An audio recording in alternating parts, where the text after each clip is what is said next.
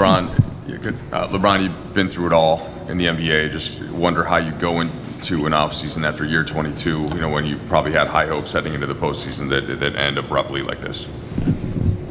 I don't know. Obviously, for me, since my first NBA Finals appearance, I think in 2007, the moment I got an opportunity to be a part of that and taste that feeling, from there on, every season that I did not make it to the finals or did not win a championship has been a disappointment. So it'd be the same for me, it'd be the same off season of disappointment and unfulfillment, have an opportunity, to play longer and give yourself an opportunity to play for the Larry O'Brien Trophy. So nothing changes for me. The fact that you're going to enter into an offseason on a roster that has Luka Doncic, that secured the number 3 seed in the West in a really tough West this year, what type of thoughts does that give you about your end game? And how many more years will we see you play? I don't know. I don't have the answer to that.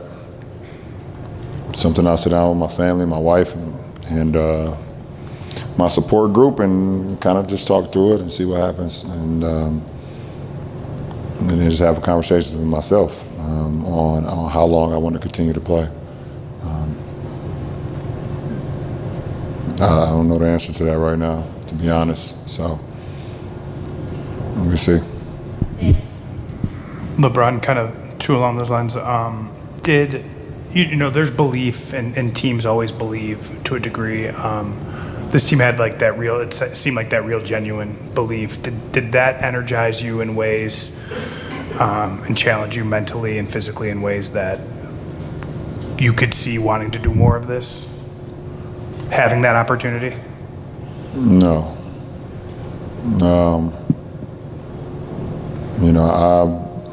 I walk into the practice facility and walk into this arena with high energy all the time, and I just try to spill that to my teammates. I try to spill the belief into my teammates, play as hard as I can, do whatever I can out on the floor while I have the opportunity to do it. But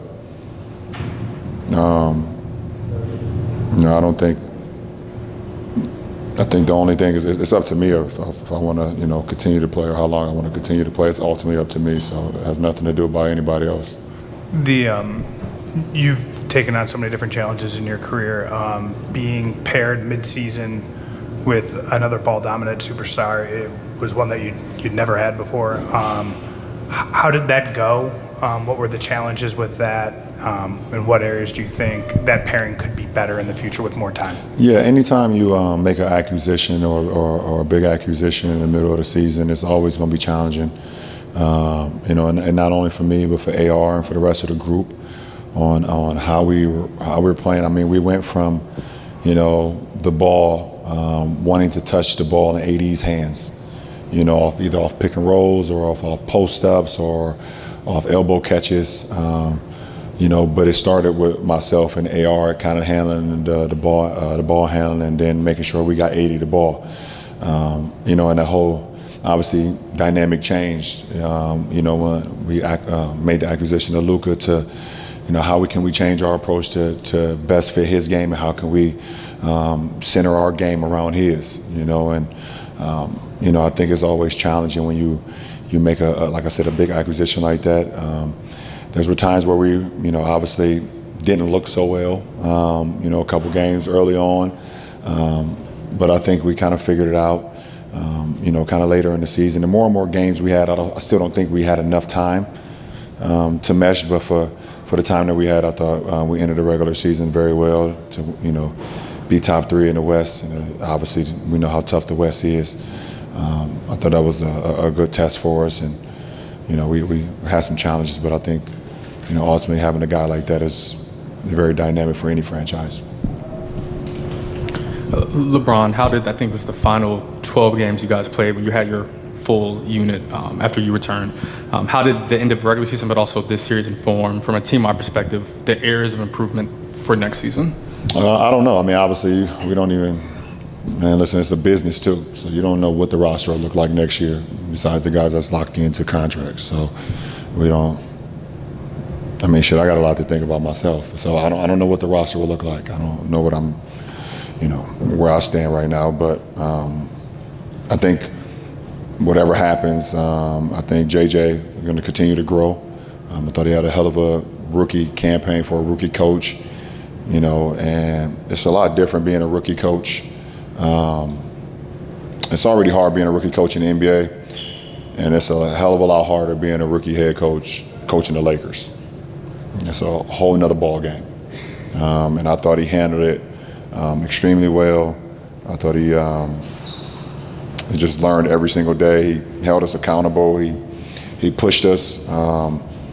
I thought JJ and his coaching staff were great throughout the whole season. And that was pretty cool. So that's one thing for sure that you guys know for sure that would be. And here is a great coach, up and coming coach that would be great for many, many years.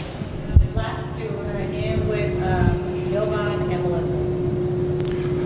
LeBron, basically from mid-January on, right when AD got injured, you guys started playing a lot of centerless basketball, and that required a lot from you and Doe and Rui and then Vando once he got back. Just from a physical, taxing standpoint, how tough was that for the last 3.5 months to play that style, and do you feel like that caught up at all in this series? No comment. I'll never say that because my guy AD said what he needed, and then he was gone the following week. So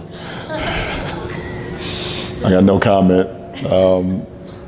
I put that uniform on every night. I gave everything I had, and that's all that matters.